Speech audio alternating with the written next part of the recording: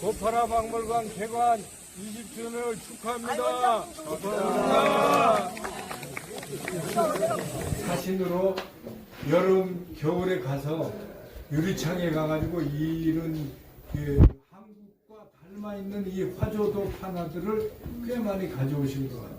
그것이 한국에 남아있는 것을 이조 미나를 좋아하는 일본 사람들이 사갖고 간 게 일본 박물관에 몇 군데 있어요.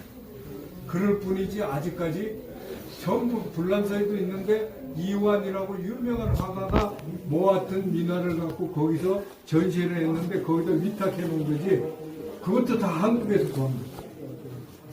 그러니까 이게 희한한 거예요. 그것 때문에 중국의 연화 전문 우리 교수가 요번에 학술대회에서도 이거 발표할 거예요. 두 사람이나 이것 때문에 이 작품.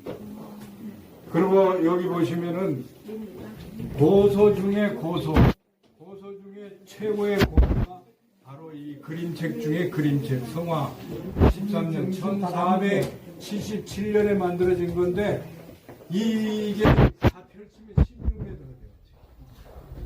돼요. 근데 세계 유일본이 하나밖에 안 남아있어요. 근데 이게 들어와서 우리나라에서 8년 뒤에 인수대비가 아들 성종을 위해서 이렇게 줄여 만들어요. 문화 교류가 얼마나 활발하게 된지를 알 수 있죠. 그 당시에 8년 만에 그러면 이 목판을 준비해야 되죠. 그 그리는 사람, 줄여서 그리는 사람도 있어야죠. 그거를 새겨가지고 찍어냈잖아. 그러니까 얼마나 이게 교류가 지금보다도 더 활발했다는 걸 알 수가 있습니다. 이게 대단한 유물의 작품이 그린 거를 새겨가 찍어낸 거예요. 그 다음에 여기는 한국의 유명한 화가들이 이 책들을 사보려고 그렇게 애썼던 작품이야. 이게 미술 교과서들입니다. 이걸 보고 그림 공부를 하고 그림들을 그렸던 거예요. 고치하고 이게 흑백이죠. 그러니까 흑백이니까 칼라가 궁금하잖아. 그래가 십축제 화보가 먼저 생겼고 그 다음에 칼라 화보의 완성본이 개전화보예요. 국가보물로 신청해 주시라고 문화재청으로 올린 게 요 두 개입니다. 여기 있는 게 재정집이고 요 작은 책, 그 다음에 태극기 목판. 요 두 점이 지금 문화재청에 올라가 있어요. 그러니까 20주년 기념에 굉장히 중요한 것 중에 하나가 보물로 두 점이 가 있다는 거. 그리고 또 하나는 8권의 책자를 중국에서 계약을 했다는 거. 이 두 가지가 20주년에 굉장히 축복받는 일인 것 같아요. 그래서 이 두 가지 중에 무조건 앞에 책은 됩니다. 이거 보물 재정집. 이거는 굉장히 고려 문인의 이달 중에 책이 최초로 발굴된 거예요. 그 다음에 뒤에 있는 태극기 목판도 지금 박광은 교수가 쓴 논문에 의하면은 우리나라 제일 오래된 목판이라고 얘기해요. 보물로 지정된 목판보다도 더 오래된 목판이라고 합니다. 양유청이에요. 양유청 판화 중에 이렇게 홍루몽에 나온 내용을 갖고 있는 판화를 제가 못 구했는데 여기 우리 이가파 선생이 가지고 있는 거를 지난 국경에 8월 달에 갔다가 뺏어온 거예요. 뺏어온 거. 굉장히 중요한 판화예요. 좋은 일 하셨습니다. 홍로몬 판화. 기가 막혀요. 4대 기술 중에 하나. 예, 기술 중에. 이게 관웅. 이것도 그냥 찍고 색깔을 붓으로 하는 게 아니라 여러 장의 몸판으로 찍고 난 다음에 터치를 한 거예요. 이것도 터치를 한 거고 굉장히 중요한 것 중에 하나가 여기는 현진 양념청 건데 이런 것들이 저쪽에서도 설명하겠지만 한국에서만 유독 발견이 되고 있어요. 중국 작품인데 일본에도 있는데 일본 것도 한국에서 사갖고 간 거예요. 이게 제가 일본에서 사갖고 왔습니다만은 잘 보면은 제가 더 검증을 받아야 되겠지만은 한국 표구의 옛날 이 한국의 조선시대 표구 스타일입니다. 그러니까 한국은 아니면 다시 사가 왔습니까? 그렇죠. 다시 사갖고 이런 것도 마찬가지로 다 유명한 작품들이고 여기 보시면 일본 판화가 이렇게 중국 거를 가지고 이게 원나라 작품을 중국의 유명한 화가가 궁중 화가가 11살 때부터 그림을 그렸대요. 14살 때 그린 거예요, 이게. 이 원나라 작품을. 근데 그거를 그런 거를 판화로 만들었는데 이게 명나라 중국의 판화라고 알려져 있는데 이게 일본 사람이 한 거가 여기 또 찍혀 있어요. 그러니까 중국 거를 그대로 판화로 표현하는 그 정서도 있는 게 이렇게 발전하다가 어떻게 됐냐. 세계적으로 유명한 인상파 화가들한테 영향을 미친 우키우에로 발전했습니다. 일본이. 일본. 이게 세계적으로 유명한 우키우죠. 그 다음에 이것도 이제 양요청 판화인데 고한 지가 얼마 안 돼가지고 새로운 것들을 보여주려고 하는데 이건 또 특이 자전거 타는 애가 아주 재밌죠. 이게 한산습특. 한산습특이. 한산습특. 그 다음에 이거는 원주하고 아주 관계가 되었는데 이 책은 일본에서는 가이드북이 돼가지고 아주 베스트셀러가 되는 건데 이 조선 통신자 중에 무덤이 원주에 있는 분이 조엄 선생님이야. 고구마를 가져오신 분이. 근데 여기 보시면은 통신자 대장으로 간 사람 이름이 여기 있는데 이름이 조엄이라고 되어 있는데 그 뒤에 뭐가 비치죠? 조음을 찍은 거를 갖다 붙여놓은 거예요, 이게. 공사가 되신 분은 하와에 걸려가지고 감옥에 가셨어요. 두 번째 하신 분은 어떻게 됐냐면은 노모를 모신다고 안 가겠다 그랬어요. 세 번째 임명되다 보니까 두 번째까지 정도는 새로 파가지고 만들었을 텐데 세 번까지 나오니까 이거를 이 종이 그냥 조음만 새겨가지고 종이에 찍어가 붙여놓은 거예요. 그러니까 이런 것들이 스토리가 있는 아주 재밌는 그러니까 이게 발표됐을 때 이걸 발견해내는 사람들이 누구예요? 이 박물관 하는 큐레이터들이 이걸 찾아내야 되는 겁니다. 물건을 수집만 하는 게 아니라 그 물건을 만들어내는 사람이 되겠어요. 이게 얘기가 되니까 막 뉴스에 톱을 장식했지. 이렇게 스토리가 됩니다. 이게 굉장히 중요한 일입니다. 근데 재밌는 게 제가 이거를 구입할 때 한양대 박사과정에 종합시험 치는 날 이거를 경매를 막 하고 있었어요. 근데 그 시험도 봐야 되고 경매도 해야 되고 미치겠는데 1000엔부터 시작하는데 이게 얼마까지 갔냐면은 1000엔이면 한 10,000원 정도인데 그게 한 1,000,000원까지 갔어요. 그래가 구했는데 이게 1,000,000원보다 가치가 훨씬 높죠 이거. 이런 것이 발견되니까 대단한 돈. 이게 사람이 미치다 보면 기적이 일어나는데 이거를 찍은 원판을 구하게 됐어요. 이게 현존하는 세계 최고의 판화 원판이라고 보시면 됩니다.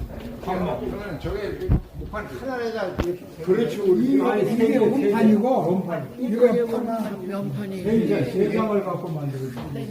이게 원판이지. 원판이에요. 이게 대단한 거예요. 이거는 이까지 한국까지 들어올 수 있었다는 건 기적이 일어나는 어디 일본서? 일본에서. 일본. 이거 세 조각이 세 조각. 세 조각 이렇게. 일본도 있고 아니 없지. 한국을 와버렸죠. 여기로 이게 얼마나 큰 절에서 만들었냐면은 도쿄에 가면은 도쿄 타워가 있는데 그 밑에 절이 조조지예요. 이게 우리나라하고도 관계가 깊은 거예요. 이게 우리나라 500난도가 고려시대 때 그려진 게 교토 지은원이라는 곳에 있어요. 지은원인 일본 정토불교의 본산이야. 큰 절이에요. 그 절이 이 메이지 유신이 일어나면서 메이지 유신 세력들이 자기네가 그 기득권 세력을 죽이기 위해서 도쿠가와 이에야스 마푸도 없앴지만은 불교가 기득권 세력이기 때문에 불교도 약화시키려고 불교는 외래 종교고 신사를 올려주고 그래서 그 당시에 불교가 굉장히 핍박을 받았어요. 그래서 그때 갖고 있던 유물들을 막 내놨어요. 그래서 저 목판 또 저희 박물관까지 올 수 있었던 겁니다. 저런 걸 내다 팔아가지고 먹고 살기 위해서 땅도 팔고 막 그랬어요. 근데 그 주지 스님은 나온 이런 유물들을 돈 주고 샀어요. 그래서 교토에 지은원에 고려 불화 그린 게 있어요. 근데 그 그림을 똑같이 복각한 거예요. 기가 막힌 작품인데 크기도 똑같이. 이게 그러니까 우리나라 원본 고려 불화 원본을 일본에서 새로 판각한 거. 작품이 기가 막히잖아요. 원본은 지은원에 있고 지은원에 있고 그거를 하나로 만든 거예요. 기가 막히잖아요. 이거 보세요. 이게 참 사람이 하기 어려운 솜씨로 한 거야 이게. 그리기도 대단하고 판각한 것도 그렇고 찍어낸 사람도 대단하잖아요. 그래서 우리나라에는 지금 인간문화재가 각자장은 있어요. 새기는 사람은. 근데 제가 내일 이제 생생문화재 사업으로 전통 판화 인출 대회를 하는데 뭐를 하려고 그걸 하느냐면 인간문화재 중에 인출장을 만들어내야 된다는 거를 이에 압박을 주기 위해서 제가 하는 거예요. 공모전을 문화재청장 상으로 1등이. 그러니까 이렇게 찍는 사람도 따로 있어야 돼요. 예, 그래서 원래 옛날은 그리는 사람, 새기는 사람, 찍는 사람이 각각 따로 있었습니다. 우리가 미술 시간에 배울 때 서양식으로 배워가지고 한 사람이 다 아는 걸로 배웠는데 그건 현대 방법이고 옛날은 다 이렇게 따로따로 있고 일본은 지금도 30명이 갑수가 있고 60명의 인출하는 사람이 따로 있어요. 다 각자가 새기지 못하고 찍지를 못해요. 기가 막히죠 이 작품. 그리고 이게 또 중국의 금능각형체 작품인데 이거 보세요. 이 머리카락 같은 걸 봐보면 기가 막혀요. 금능에 저 1800년대 불교가 많이 사그러들라니까 금능에 있는 거사들이 금능이 남경이에요. 거사들이 일어나가지고 불교 부흥운동을 시작했습니다.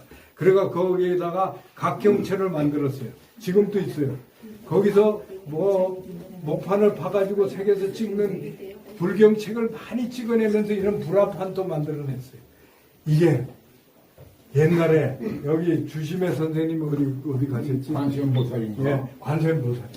이거를 북경에 갔을 때 같이 가서 살려고 하니까 사지 말라고 막 말리는 거를 제가 샀는데 너무 잘 샀어요 이거 말렸는데 이거 산 거야. 근데 지금은 이거 하나가 가격이 너무너무 중국 가격은 폭등을 해가지고 막 한국 돈으로 1억도 넘어요. 근데 찾을 수도 없어요 이런 게. 네. 사자 타고 있는 문수보살인데 굉장히 좋은 것 같은데 여기 부채든 이제 기생이라 그러는데 이렇게 하고 그 다음에 여기 임무 그 다음에 여기 이 사람이 누군지 모르겠습니다. 요시다. 여기 약간 설명하겠습니다. 여기 있는 지리산, 천은사.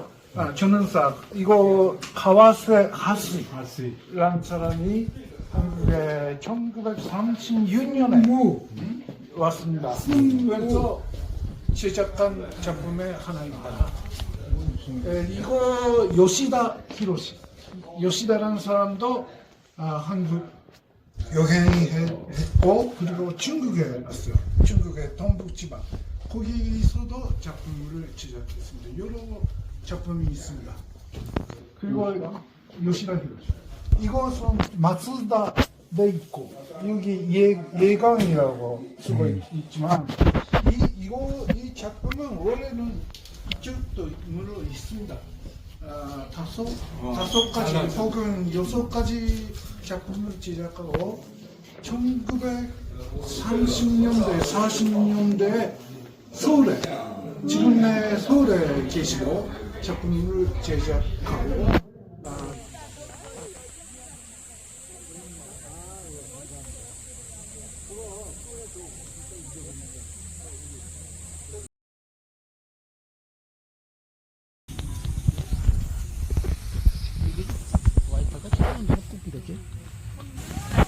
새각. 네. 원래 시작이 이 창조적인 것보다 이제 모각이라고 모각인가 옛날 직문자료 갖다 이제 파갖고 이제 책자로 만드는 거죠. 훈민정음이나 뭐 팔만대장경.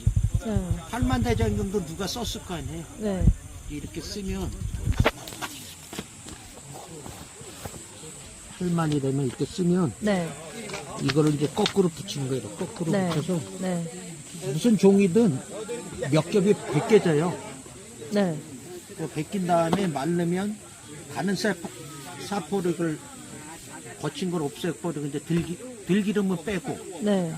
옛날 동백기름 발랐대. 들기름은 누진다고 이렇게 척척 들러붙잖아요. 늦게 마르고. 그래서 요새는 카놀라야라든가 이 금방 마르는 오일들 좋은 게 많아요. 식용유 같은 거. 들기름은 절대 피해야 돼. 냄새 때문에 온갖 벌레에다가 늦게 마르고 끈적끈적 누진다고 그래요. 네, 들기름은 산화가 되고. 그런 다음에 또 충분히 말려야지 이 세밀한 선까지 다 파내야 되거든요. 요거를. 요건 이제 일본 나랑가 교토했는데 만다라판이에요.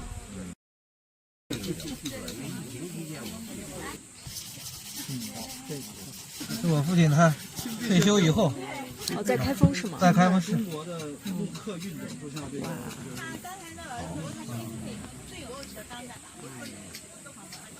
就是这个方便提议，现在都是这样的。黄金万两。你看这块儿就是，刚才手一摁它就一燃起来了。开封的年画是什么特色？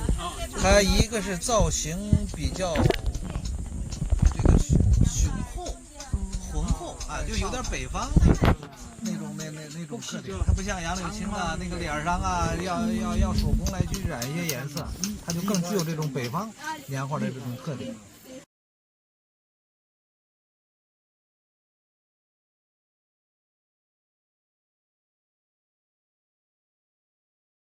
운대사 운타이산 거기 갔어. 운타이산. 下次到开封可以到我们馆里面。